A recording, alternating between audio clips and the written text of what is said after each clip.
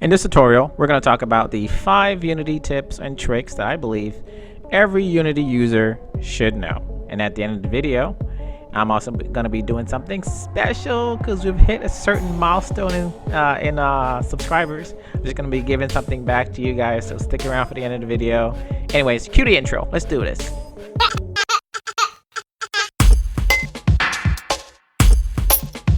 Stop the intro. Shit is too long anyways. Let's talk about those 5 Unity tips that everyone using Unity should know. So before we get into the 5, just wanted to let you know that the Unity asset Easy Draw that I was developing is now ready and approved and on the asset store. So it's easy to use. Simply drag and drop the prefab into your currently existing project and voila, it's ready to go.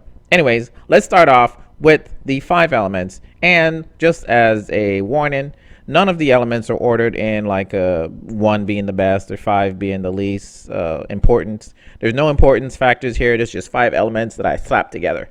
Let's do it. Number 1, adding titles to your variables within the inspector.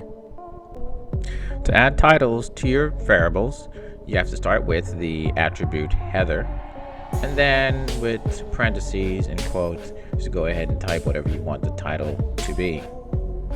You can go and do this for every other variable. Remember, the header must be on top of the variable that you're planning to add the title to. And then simply refresh to Unity and your variable should look more organized. That's it.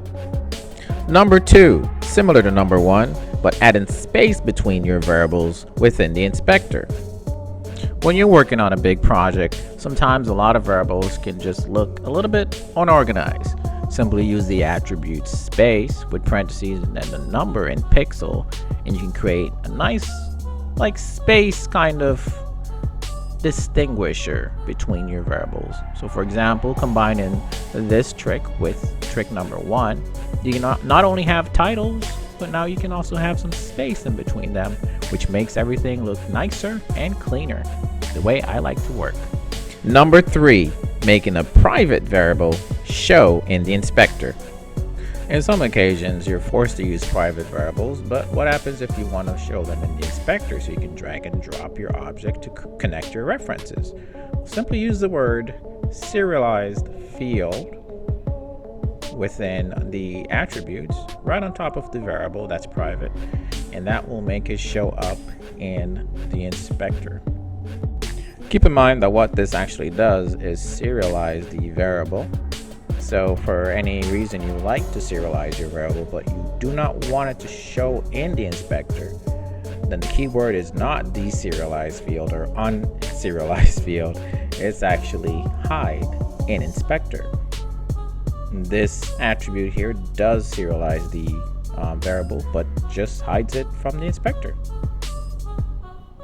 Number 4, assigning icons to your game objects to make them more visible.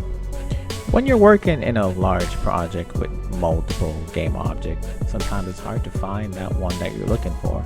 So what you could do is add a certain icon and color to the game object, which will make it easier to find within the scene.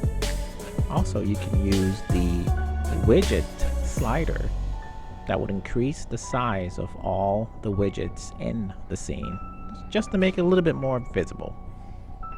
And finally, number 5, debugging and logging with color. For whatever the reason may be, you might want to spice up the debug.log, add some color to make it a little bit more alertative. So in this example, all you got to do is use the HTML tags color and then give it the color you want, for example red. And then the same way, if you know a little HTML, you just got to close the tag with the, I believe it's / and then the tag name. And next time you log out a message, you will get your message in that color.